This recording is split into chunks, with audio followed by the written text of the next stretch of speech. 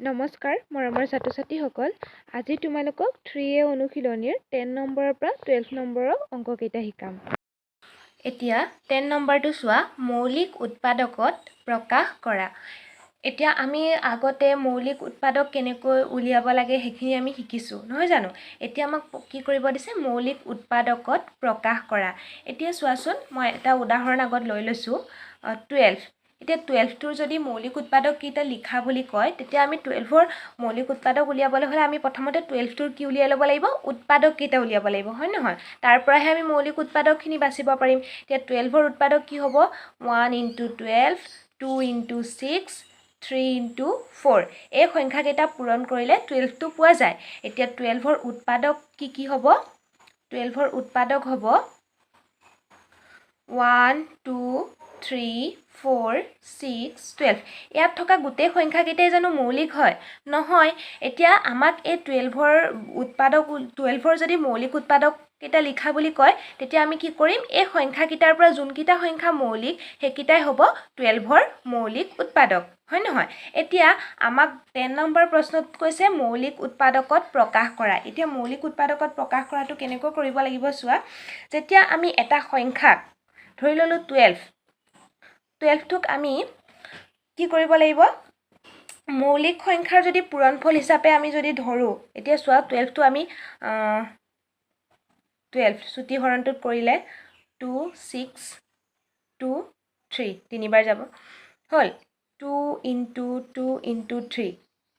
এইকেইটা আমি ভাঙিলোঁ হয় নহয়। চোৱা 2 × 2 = 4 4 × 3 = 12 এই গোটেই সংখ্যাকেইটা যে লিখিছোঁ মই এই গোটেই সংখ্যাকেইটা মৌলিক হয়নে নহয় বাৰু হয়। এতিয়া মৌলিক উৎপাদকত প্ৰকাশ কৰা বুলি ক'লে কি বুলি কয় জানানে কি হয়।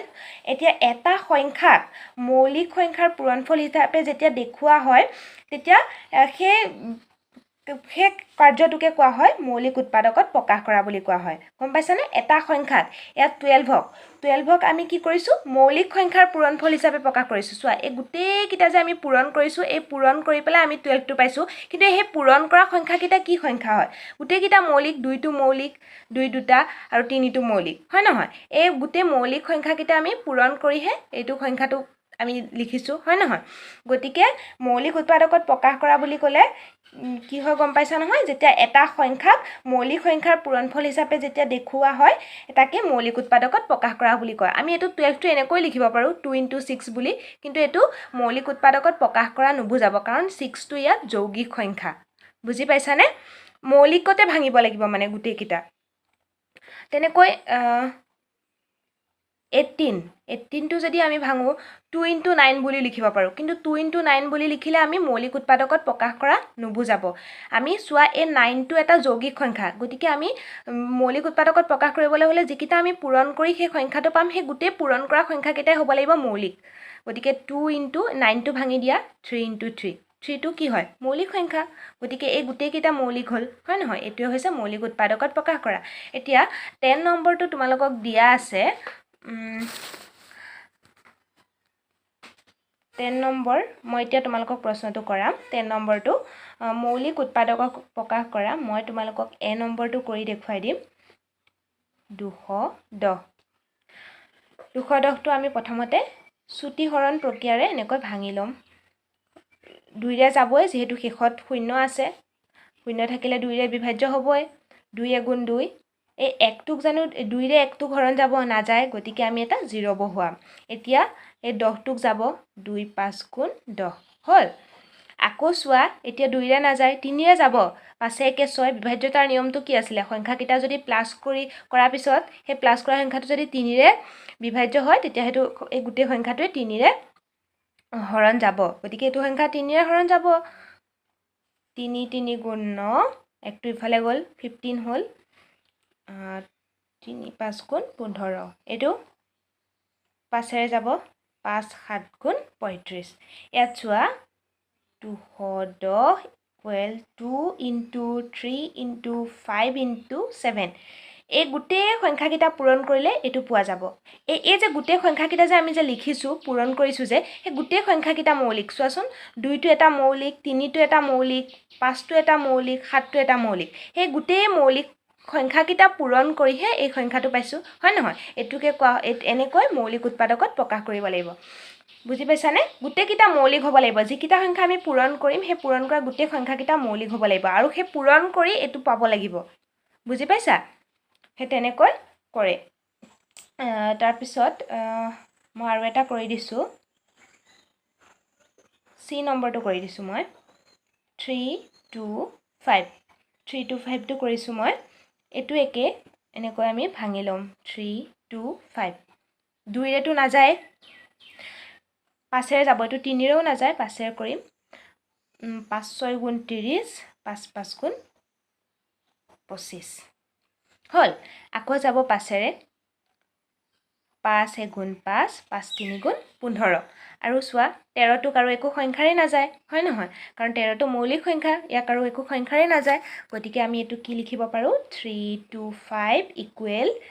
5 ইনটু 5 ইনটু 13 মানে এই গোটেই চোৱা ইয়াত 5টো মৌলিক এইটো 5 একেই 5টো মৌলিক আৰু 13 13টো মৌলিক হয় নহয় এই গোটেই মৌলিক সংখ্যাকেইটা পূৰণ কৰিলে এইটো পাম বুজি পাইছানে এনেকৈ কৰিব লাগে এইটো 10 নম্বৰটো এতিয়া 11 নম্বৰটো চোৱা মৌলিক উৎপাদক কেইটা নিৰ্ণয় কৰা ইয়াত 900টো মই কৰি দিম আৰু এইটো সংখ্যা কৰি দিম 1 আৰু 3টো তোমালোকক মই কৰি দিম একেটাই আমি মৌলিক উৎপাদকত যেনেদৰে প্ৰকাশ কৰিছিলোঁ এইটো তেনেদৰে প্ৰকাশ কৰিম তাৰপিছত আমি উৎপাদক কেইটা লিখি দিম গম পাইছা এতিয়া প্ৰথমতে মই 900টো কৰিছোঁ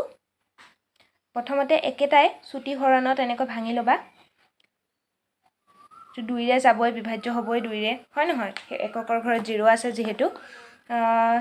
2 4 গুণ 8 2 5 গুণ 10 0 আকৌ যাব 2ৰে এককৰ ঘৰত 0 আছে 2 2 গুণ 4 2 2 গুণ 4 2 5 গুণ 10 তাৰপিছত এবাৰ 3ৰে যাব 3 7 গুণ 21 3 5 গুণ 15 আকৌ 3ৰে যাব 3 2 গুণ 6 3 5 গুণ 15 5 5 হ'ল এতিয়া আমি 900টো এনেকৈ লিখিম 900 equal 2 into 2 into 3 into 3 into 5 into 5 ইয়াত এতিয়া আমাক কি কৈছে এইটো আমি প্ৰকাশহে কৰিছোঁ মৌলিক উৎপাদকত হয়নে নহয় এতিয়া আমাক মৌলিক উৎপাদক কেইটা নিৰ্ণয় কৰিব দিছে গতিকে আমি ইয়াত কি মৌলিক সংখ্যা পালোঁ কি মৌলিক উৎপাদক পালোঁ সেইকেইটা লিখি দিম ইয়াত চোৱা 2টো দুবাৰ আছে গতিকে 2 এবাৰ লিখিলে হ'ব 3টো দুবাৰ আছে 3 এবাৰ লিখিলে হ'ব 5টো দুবাৰ আছে এবাৰ লিখিলে হ'ল মানে এটা সংখ্যাকে দুবাৰকৈ লিখিব নালাগে এবাৰ কি মৌলিক উৎপাদক পালোঁ সেইকেইটা লিখি দিলে হ'ল এতেকে মৌলিক উৎপাদক কেইটা হ'ল উৎপাদক কেইটা হ'ল 2, 3, 5 এনেকৈ আগৰটো এতিয়া মই 3 নম্বৰটো কৰি দিম 3 নম্বৰটো হে একেটাই প্ৰথমতে আমি এইটো চুটি হৰণত কৰি লওঁ 2 1 গুণ 2 2 5 গুণ 10 2 2 গুণ 4 2 4 গুণ 8 2 6 গুণ 12 আকৌ 2ৰে যাব এককৰ ঘৰত 6 আছে যিহেতু 2 7 গুণ 14 2 6 গুণ 12 2 2 গুণ 4 2 3 গুণ 6 এতিয়া এইটোতো 2ৰেতো নাযায় 3ৰে যাবনে চোৱা 7 6 13 14 15 16 17 18 18টো 3ৰে যায় গতিকে এইটো সংখ্যা 3ৰে যাব 3 2 গুণ 6 3 5 গুণ 15 ইয়ালে 1 গুচি গ'ল 12 হ'ল 3 4 গুণ 12 তাৰপিছত 3 গুণ 3 আকৌ এইটো সংখ্যা কিহেৰে যাব 3ৰে যায় নেকি চোৱা 4 1 5 5 5 10 11 12 3ৰে যাব 12টোক যেহেতু 3ৰে যায় এই সংখ্যাটোকো 3ৰে যাব 3 7 গুণ 3 8 গুণ 24 হয় 3 8 গুণ 24 একটো ইফালে গ'ল 14 হ'ল 3 4 গুণ 12 আৰু 2 আহিলে 21 হ'ল 3 7 গুণ 21 এইটো সংখ্যা 7ৰে যাব 7 1 গুণ 7 7 2 গুণ 14 আকৌ এইটো 1 7 আছে 7 1 গুণ 7 এইটো সংখ্যাটো জানাই 11 11 হ'ল এতিয়া আমি কি লিখিম 30492 is equal 2 into 2 into 3 into 3 into 7 into 11 into 11 হ'ল এতিয়া ইয়াৰ পৰা লিখি দিলে হ'ল এতেকে মৌলিক উৎপাদক কেইটা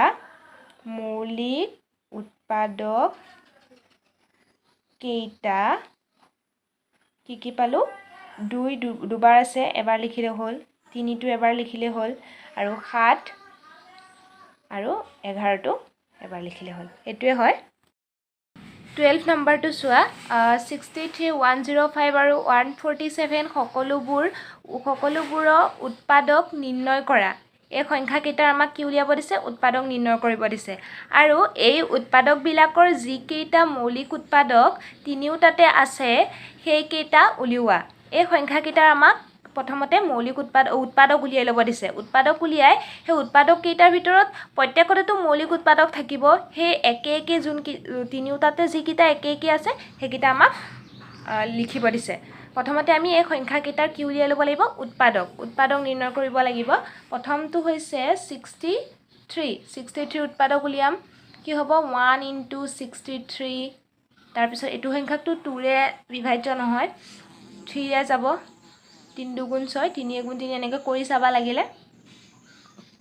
তাৰপিছত আৰু 7ৰে যাব আৰু বেলেগ সংখ্যাৰে নাযায় 7 × 9 হ'ল আৰু বেলেগ একো সংখ্যাৰে নাযায় গতিকে এতেকে 63ৰ উৎপাদক কি পালো 1 3 7 9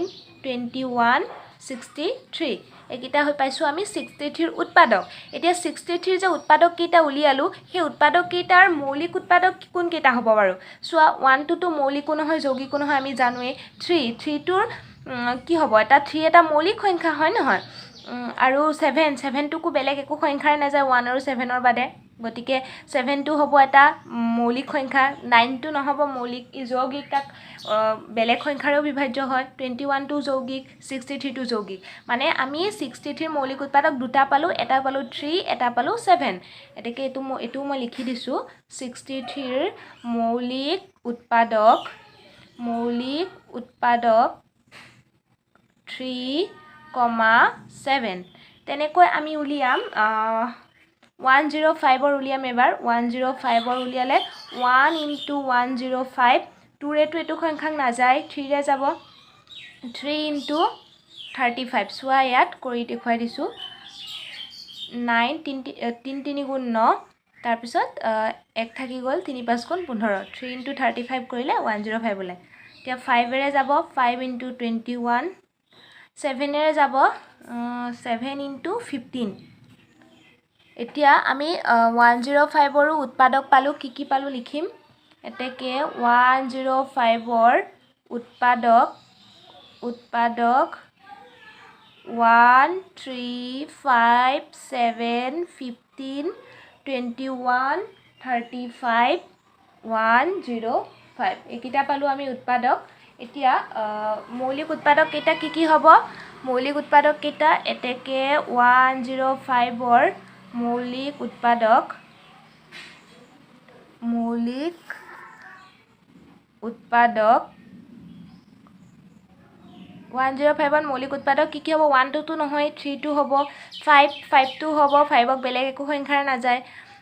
5 আৰু 1ৰ বাহিৰে আৰু 7টো হ'ব হয় নহয় এই সংখ্যাকেইটা আমি মৌলিক উৎপাদক পালোঁ 105ত এতিয়া আমি উলিয়াম 147ৰ উৎপাদক উলিয়াম 147ৰ উৎপাদক উলিয়ালে কি পাম 1 × 147 টোতো 2ৰে নাযায় সংখ্যাটোক 3ৰে যাব কৰি চোৱা ইয়াত লাগিলে 147 3 4 × 12 3 9 × 27 3 × 49 তাৰপিছত 7ৰে যাব 7 × 21 এতেকে এতিয়া আকৌ 147ৰ উৎপাদকখিনি লিখিম 147ৰ উৎপাদক কি পালোঁ 1 3 7 21 49 147 এতিয়া এইকেইটাৰ ভিতৰত আমি মৌলিক উৎপাদক কি পালোঁ এতেকে 147ৰ মৌলিক উৎপাদক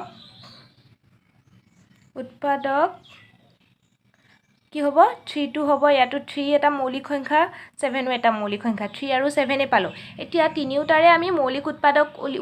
উলিয়াই পেলাই আমি মৌলিক উৎপাদকখিনি উলিয়াই ল'লোঁ এতিয়া চোৱা তিনিওটাতে একে কি মৌলিক উৎপাদক আছে প্ৰথমটোত আছে 3 7 63 মৌলিক উৎপাদক আমি পালোঁ 3 আৰু 7 আৰু 105ৰ পালোঁ 3 5 7 আৰু 147ৰ পালোঁ 3 আৰু 7 এতিয়া তিনিওটাতে কি একে আছে 3টো চোৱা 3টো তিনিওটাতে একে আছে 147ৰো মৌলিক উৎপাদক 3 আৰু 105ৰো মৌলিক উৎপাদক 3 পাইছোঁ আৰু 63ৰ মৌলিক উৎপাদক 3 পাইছোঁ আৰু চোৱা 63ৰ মৌলিক উৎপাদক 7 পাইছোঁ 105ৰো 7 পাইছোঁ আৰু 147ৰো 7 পাইছোঁ মানে ইয়াত দুটা মৌলিক উৎপাদক তিনিওটাতে আছে কি আছে 3 আৰু 7 এতেকে লিখি দিবা তিনিওটাতে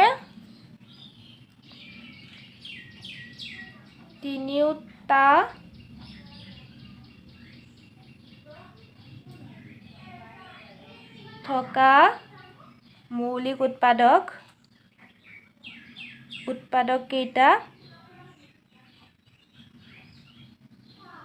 কেইটা হ'ল 3,7 এইটোৱে হয়